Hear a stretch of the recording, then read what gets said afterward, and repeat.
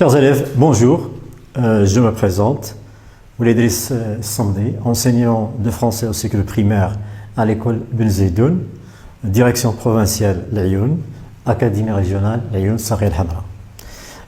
Heureux de vous accueillir une seconde fois dans une nouvelle séance de français que nous allons consacrer aujourd'hui au travail sur une partie d'une épreuve de l'examen de français, c'est-à-dire comment aborder la partie compréhension de l'écrit.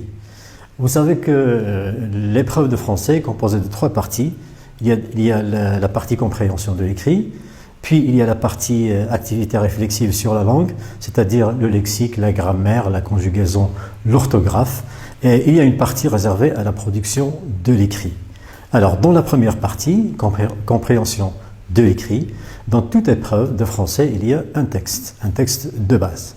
Alors, ce texte, normalement pour les élèves de 6e année, c'est un texte qui n'est pas long, qui fait à peu près 100 mots, et normalement c'est un texte qui est toujours en relation avec les thèmes de votre programme scolaire, c'est-à-dire que le vocabulaire véhiculé vous sera tout à fait familier. Donc, après le texte, il y a des questions. Ces questions sont au nombre de 8. Alors 8 questions, parmi lesquelles il y a des questions de paratexte et il y a des questions de construction de sens, c'est-à-dire des questions de compréhension. Les questions sont notées sur 15 points. Alors toute l'épreuve est notée sur 40, donc 15 points. C'est important, donc ce n'est pas à rater. Alors, premier conseil que je vais vous donner, c'est que lorsque vous aurez votre épreuve, ou bien lorsque vous aurez l'épreuve entre vos mains, tâchez de lire le texte à plusieurs reprises. Pourquoi?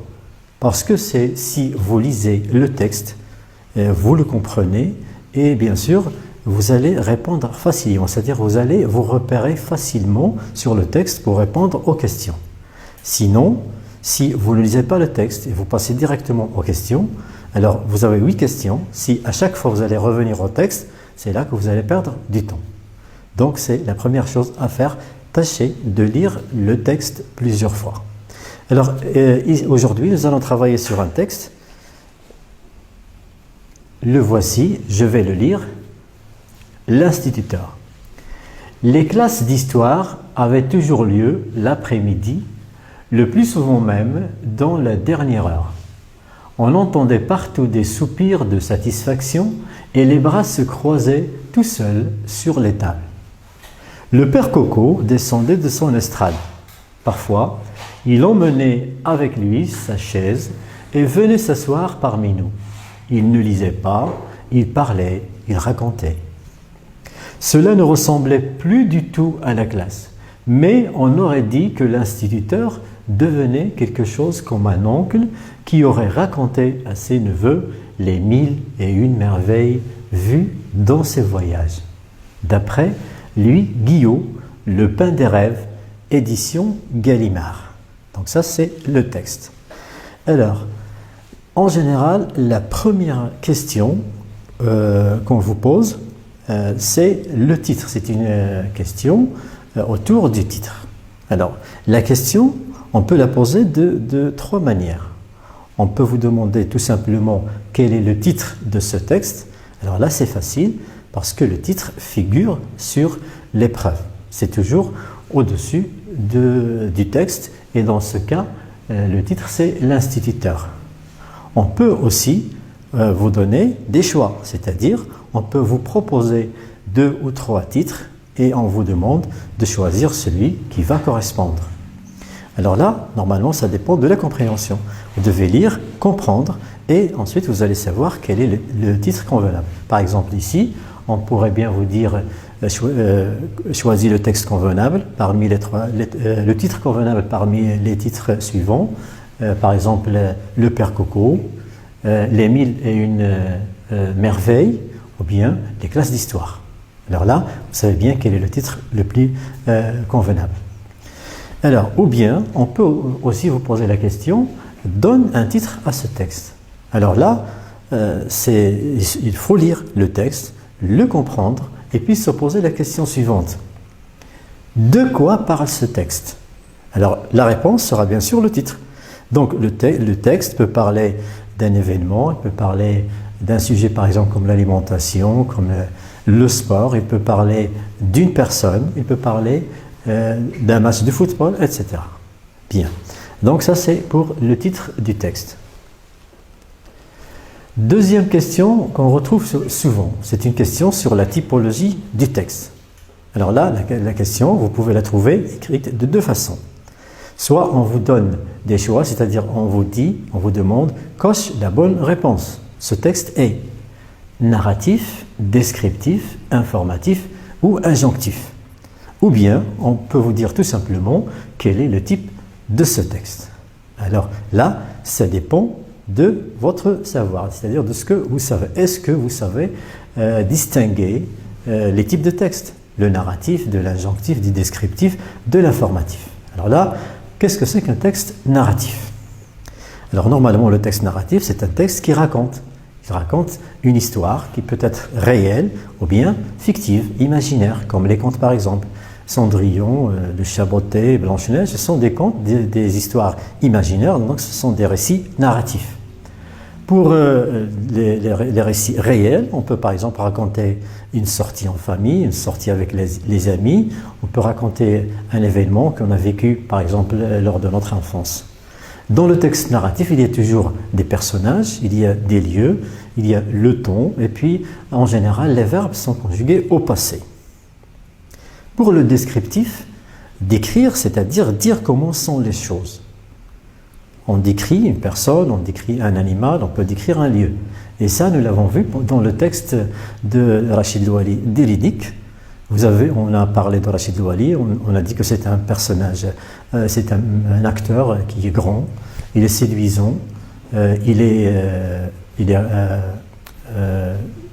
adorable, il est aimable, il est dynamique et il porte toujours des t-shirts, des pantalons en jean et des espadrilles. Donc là, nous avons parlé de son physique, nous avons parlé de ses qualités morales et nous avons parlé aussi de ses vêtements. Donc, dans le descriptif, on peut décrire aussi un animal. Nous avons vu dans une séquence l'ours polaire, nous avons parlé de l'ours polaire.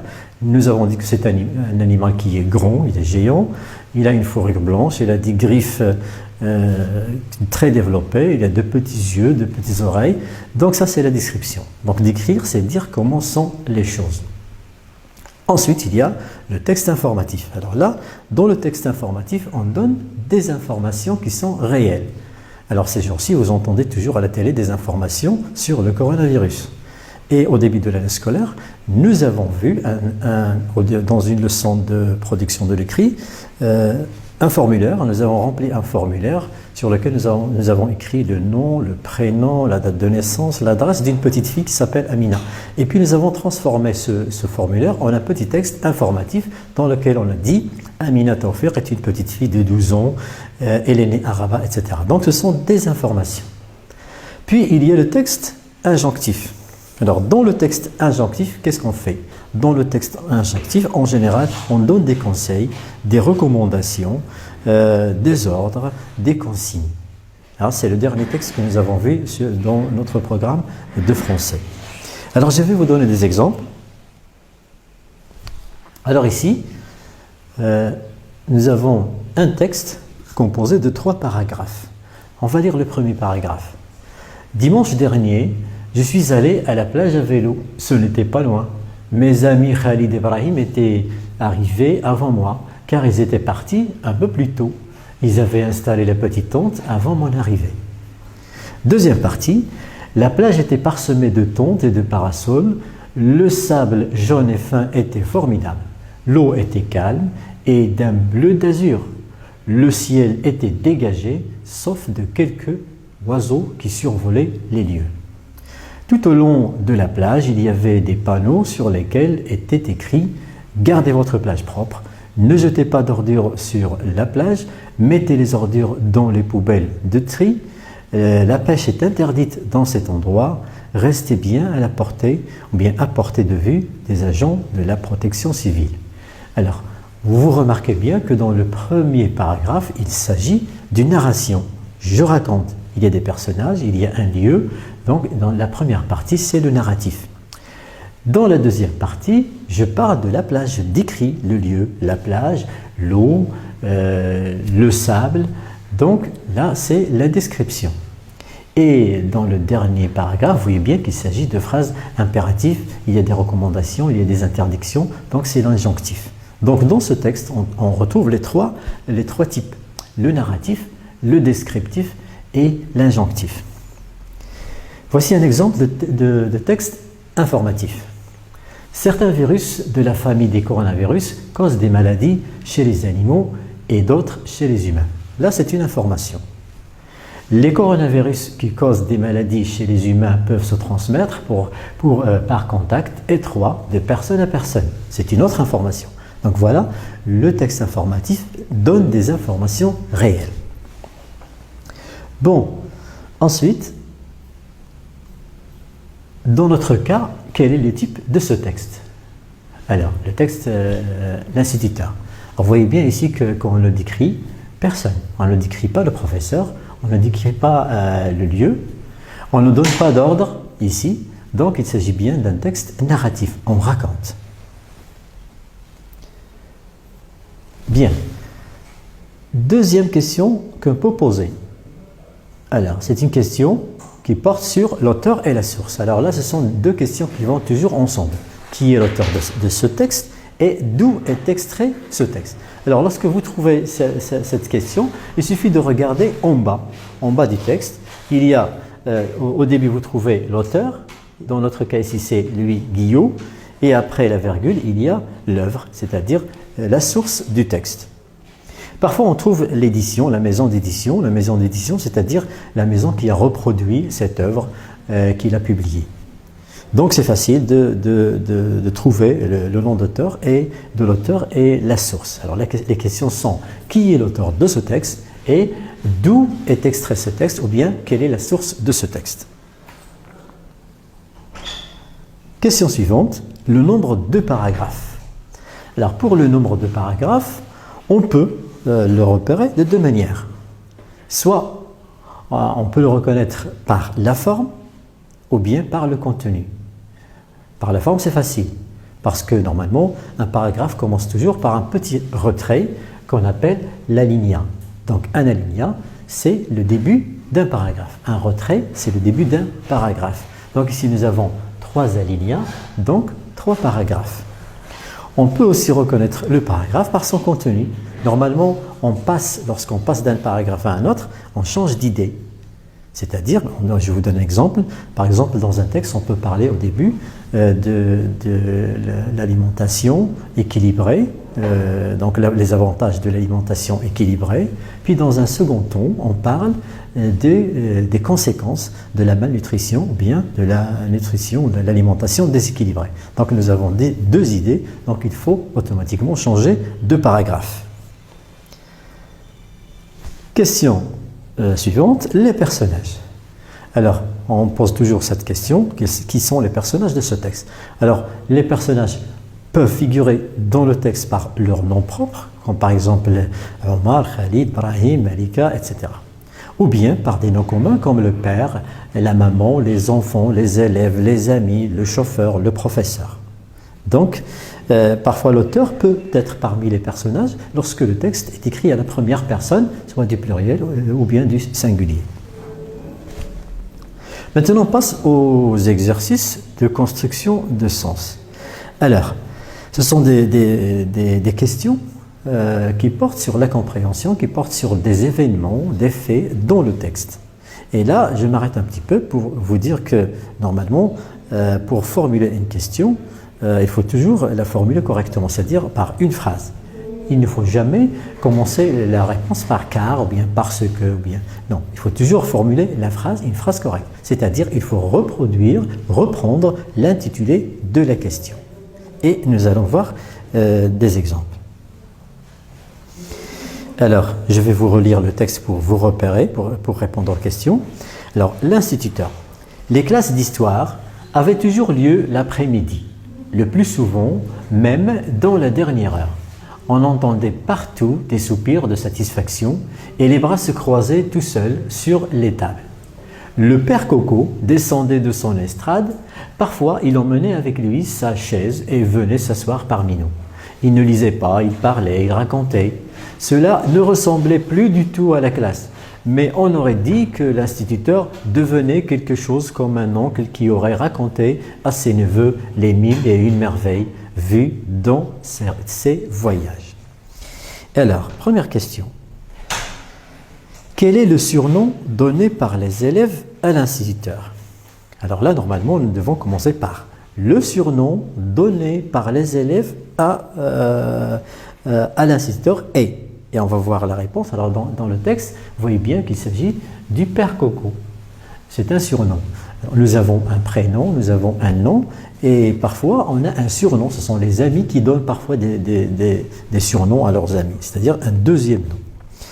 Donc ici, comme réponse à la question, c'est le surnom que donné ou bien que les élèves ont donné à l'instituteur, c'est le père Coco. Et voici la réponse. Donc on va la voir ici. Le surnom donné par les élèves à l'instituteur est le père Coco. Question suivante. À quel moment de la journée avaient lieu les cours d'histoire? Alors on doit dire les cours d'histoire avaient lieu et on dit, c'est-à-dire on ajoute le moment.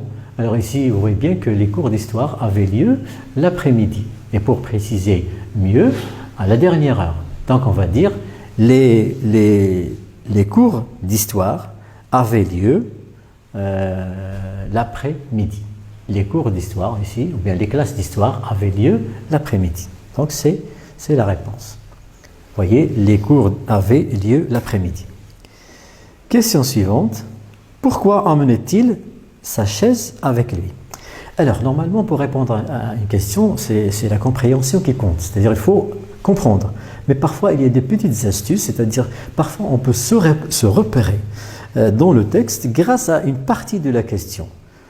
Par exemple, ici, nous avons dans la question pourquoi emmenait-il sa chaise avec lui? Vous voyez bien que nous allons retrouver les mots emmener et chaise dans le texte. Ils vont nous repérer, ils vont nous aider à trouver la réponse. Alors parfois, il emmenait avec lui sa chaise et venait s'asseoir parmi nous.